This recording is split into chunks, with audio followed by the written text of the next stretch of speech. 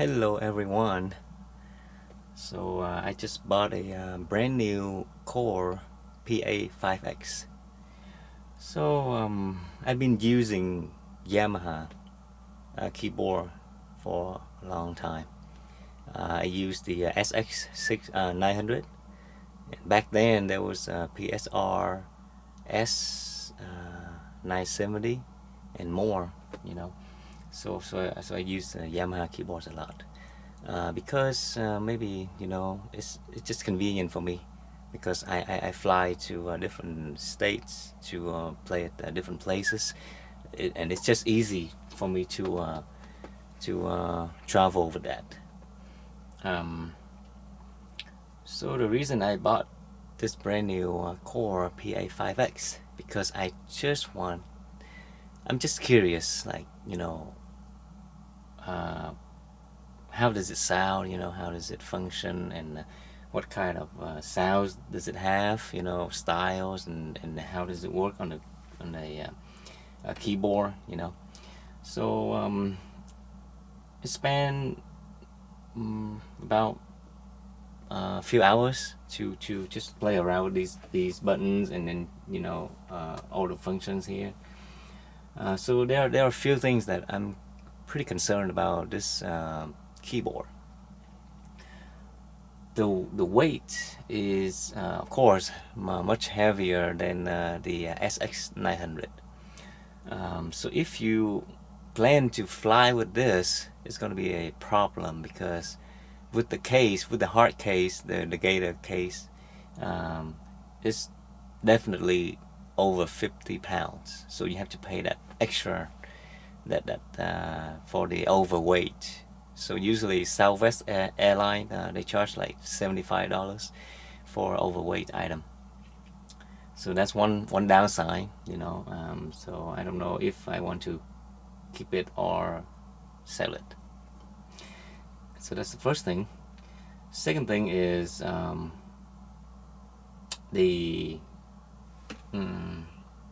the favorite section, that where you can save it in the bank, that you can pull out when you play live, and you can pick the sound and then you save it, and then when you play live you can access to it faster. Well, it does have the favorite section here, but it only has 11 slots, so only 11 sounds.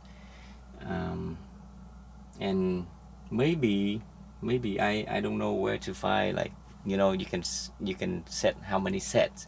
Like, is it just one set of 11 sounds, or many different sets that you can register? So right now I only see 11. So far that I can't find the other way to add more set to it. So that's the second thing. The next one, let's see. The styles are pretty good. I mean, the sounds very like a live band. I love it. I love the styles. Some new styles that you can choose from, and some of those styles sound so good. I mean, no doubt about that.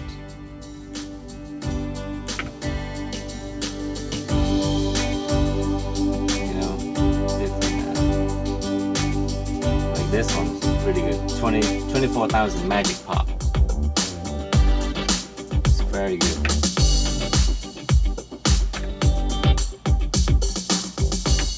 Okay, so there are many pretty good sound. Styles. Speaking about the sounds, also it has good sounds, also, no doubt about that. But on the synth section, there wasn't that many different selection that you can pick. And again, maybe I'm not really like a pro Korg user, so I don't know how to use it. But I think I'm going to spend a little bit more time to work on this keyboard more, so I understand more and how to use it. Use all the function, just use the most out of it.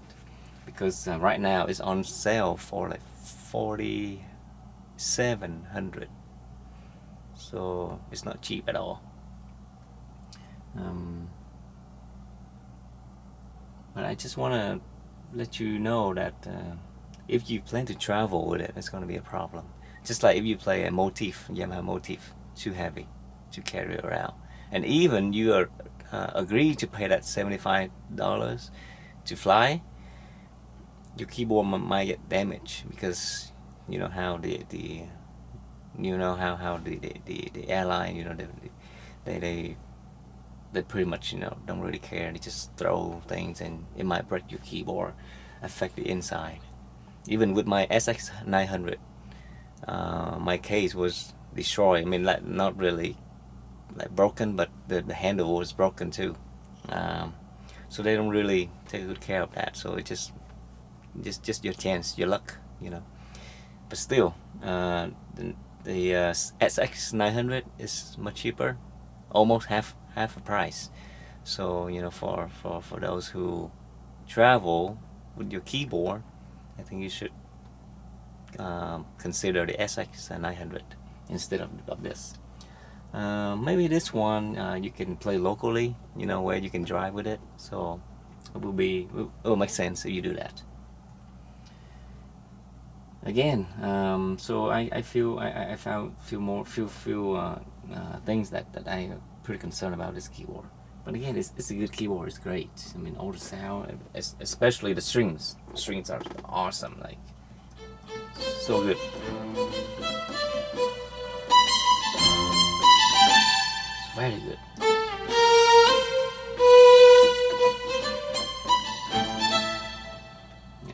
Like this. Like that.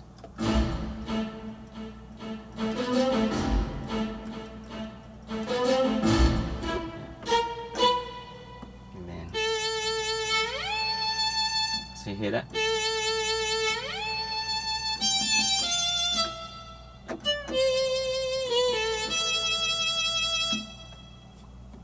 Very good aftertouch effect.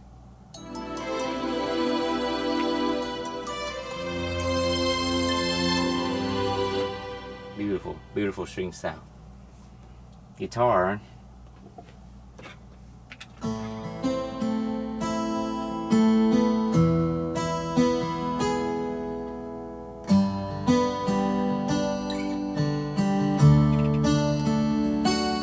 So good.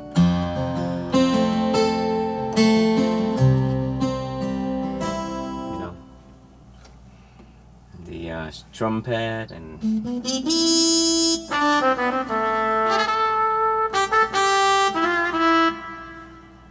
very good.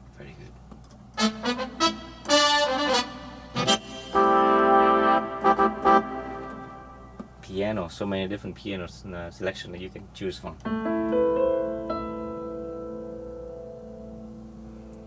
I kind of like this sound though, the cinematic piano.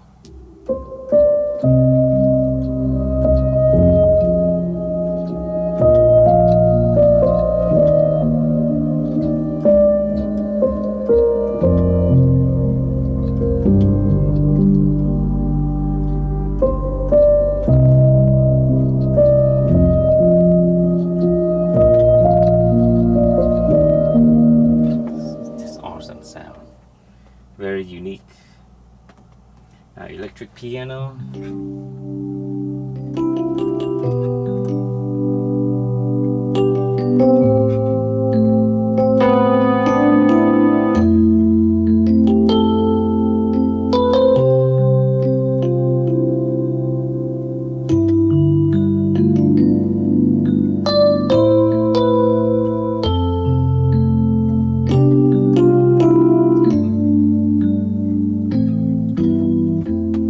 Beautiful. Okay. On the recording section, I got some concern too. So I get out this. So you see how you have to navigate around here. Like, you want to change the new sound, you click on the like the sound here, and then you change. But if you want to do something else, you have to exit out of that, so it doesn't go directly to where you want to go. Like you want to record it, you press this, it doesn't go anywhere. So that's the downside, right? Like, why? You have to exit, and then you can do the next step. So that's one of the things that I don't like. Okay. So here, when you go to recording section, it has the style. You can record the style only. You can record a song, a pad. These pad over here. You can record a sound, sampler, and audio. So this is the problem. Like, I used to do like sequencer, right? So you can record like part 1, you know, part 2, or you can record the piano, the style, and it's laid out so clearly. Instead of this one, you have no idea what's going on. Like I tried a new song. You click new song, okay, and then and show you like, okay, track 1 to 16. And you can only record the sound, but you can't use any of the style. So what's the matter here? Like, you can't. There's nothing. So you record a style, you can press right here. The metronome starts. Now you can record the sound only. What if you want to add the style here? You can't do it. Only the sound. And then when you're done, you press stop. And then what's next? You know, so you have to go back here and you choose track 2, and then you can record it and like this. So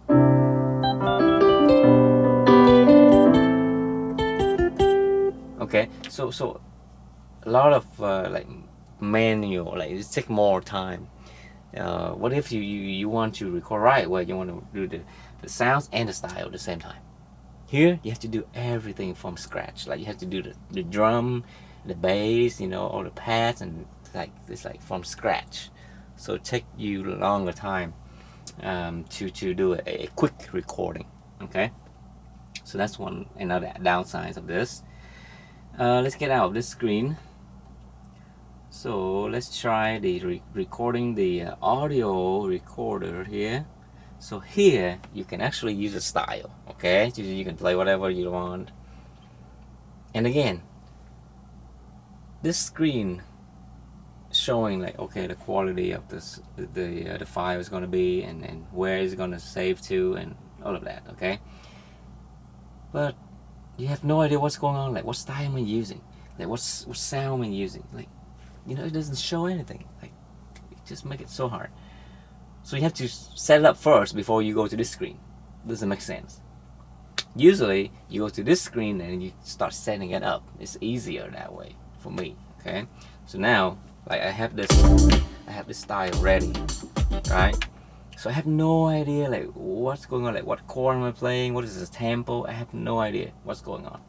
Now I just record it and then I kind of press start and start playing.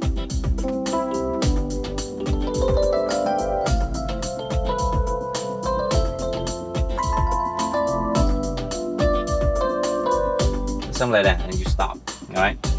When you press stop, the style is still going. So you have to actually stop the style. And now say, okay, you name it, you save it, right? You save it, and then that's done. So what if you make a mistake, like at bar number 10? You can't go back and fix it. You know, it makes it so inconvenient to do the recording. Okay, that I used to do on my Yamaha SX900, just so much easier. So I'm looking to try the Genos, the Yamaha Genos. So it's like up a higher level, you know, compared to the SX900. But I think it should be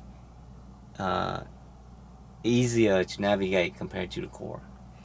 All right, so let's get out of this. So all right.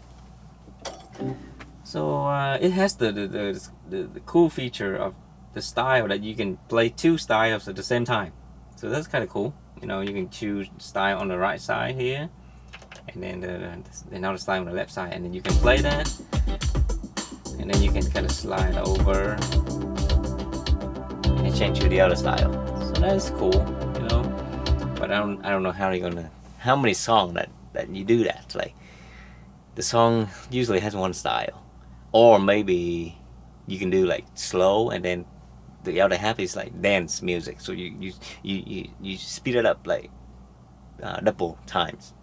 So but you can on the keyboard you can just change your new style. You know that's not no big deal. So I know I think this feature is just something that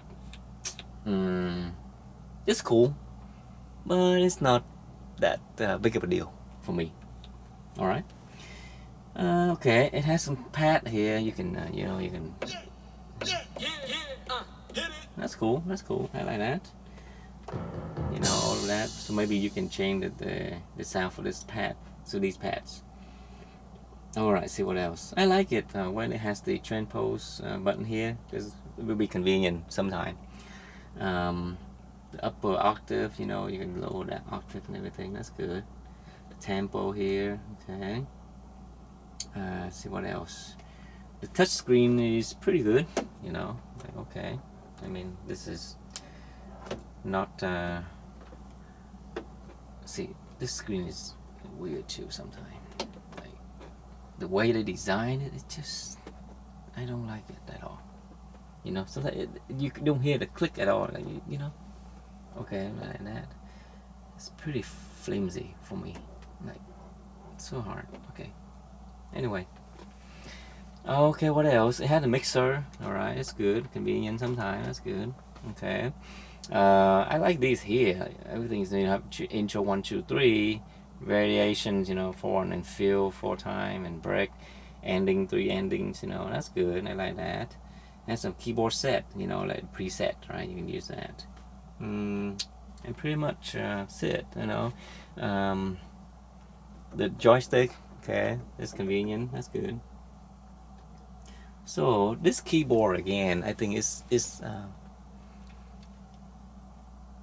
I think it's good for live band because it has pretty powerful sound. It's very good, you know, really unique sounds, and especially the strings section. I impressed. Really impressed with that.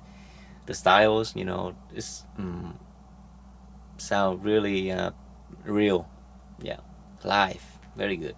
I love it. Yep. So for the price, I don't know if I want to spend that much money to own this because it doesn't meet my expectation. So I don't know about you, but for me, not quite that I'm gonna spend that money. I'd rather get the other one. You know, it's convenient for me. I can fly with it. I can go and play for the gigs easy. You know, so. And I never used the PA5X, so I don't know. Maybe the core user, you guys, you know, get used to it. You know how to navigate around. You know all the function behind the scene that I don't know. Right? Again, I'm just brand new to core, so I'm still learning. But as me, as a beginner,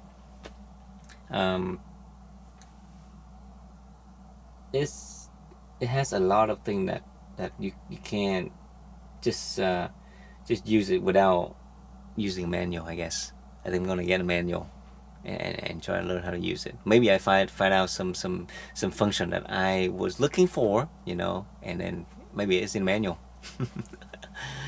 Okay. Well, I hope that I give you some, you know, some good feedbacks about what I think, so you can decide whether or not you want to buy it or not. Depend on your need. Again, it's a lot of money, and we're musicians, you know.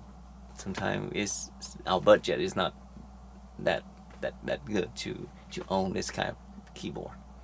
All right, thanks for watching, and I hope you guys have a good day. All right, bye.